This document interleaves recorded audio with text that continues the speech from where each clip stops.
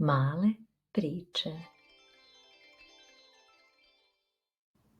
Nepristojna ajkula.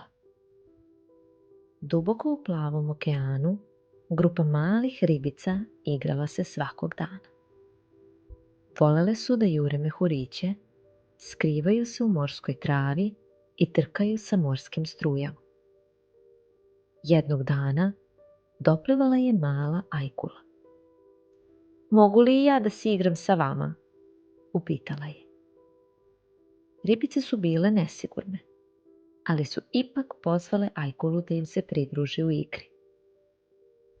Ali ajkula je htjela da igra samo svoje igre. Gurala je i vikala: "Ja neću tako da se igram." Male ribice su se uplašile. Nisu htjele da se igraju tako. Sljedećeg dana ajkula je došla da se igra, ali nikoga nije bilo. Ani sljedećeg dana drugari nisu bili tu.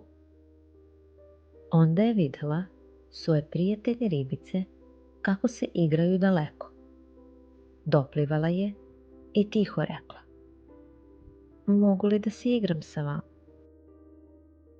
Jedna mala ribica je rekla: "Bila si bezobrazna, nisi nas slušala i uplašila si nas."